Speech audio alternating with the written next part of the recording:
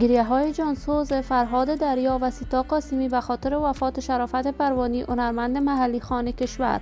آیا به واقعیت شرافت پروانی، هنرمند محلی خانه کشور وفات کرده است؟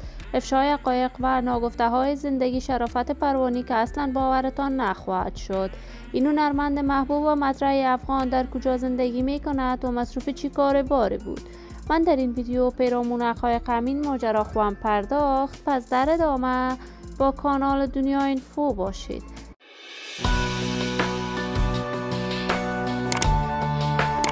سلام و سلامتی نثار تک تک شما دوزاران نهایت ارجمند کانال دنیا اینفو. شما را خوش آمدید میگم به یکی دیگر از ویدیوهای جذاب و دیدنی کانال دنیا اینفو. برای حمایت بیشتر از این کانال علامت سابسکرایب را فشار دهید تا بیننده ویدیوهای جذاب و دیدنی کانال دنیا اینفو باشید. شرافت پروانی، هنرمند محبوب، مطرح و یکی از صداهای ماندگار در هنر موسیقی افغانستان بوده است.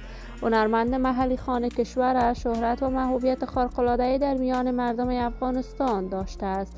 شرافت پروانی عاشقانه هنر موسیقیش را از ولایت زیبای پروان آغاز کرد و در مدت خیلی کوتاهی توانست آهنگ‌های بیشمار بسراید که دلهای مردم افغانستان را نوازش دهد. شرافت پروانی بعد از تحولات سیاسی حاکم در افغانستان رخت مهاجرت به کشور امریکا است. در کشور امریکا هم زندگی خوش و آرامی داشته است و همواره برای دوزاران و طرفدارانش آهنگ‌های بیشمار سروده است. این هنرمند محلی خانه کشور این روزا تصاویرش به گونه‌ای دیگر در صفحات مجازی نشر می شود که شرافت پروانی حادثه ترافیکی کرده است و در حادثه ترافیکی در امریکا جان باخته است.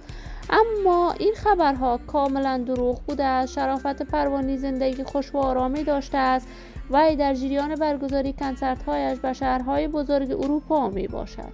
شرافت پروانی هنرمند تک صدا و محبوب افغانستان است که در داخل و خارج از کشور علاقمندان و دوستداران خودش را داشته است. من آرزوی خوشبختی، موفقیت و سعادت برای شرافت پروانی و تمامی هنرمندان خوب کشور از بارگاه عزت لایزال تمنا دارم. دوستان نهایت ارجمند خوب کانال دنیا اینفو، شما هم نظریاتتان را در بخش کامنت با من شریک بسازید. این ویدیو را با علاقمندان و دوستان شرافت پروانی به اشتراک بگذارید. برای حمایت بیشتر از این کانال علامت سابسکرایب را فشار دهید تا بیننده ویدیوهای جذاب و دیدنی کانال دنیا اینفو باشید. تا درود دیگر تمام شما نازنینان را به الله منان سپرده موفق و کامیاب باشید.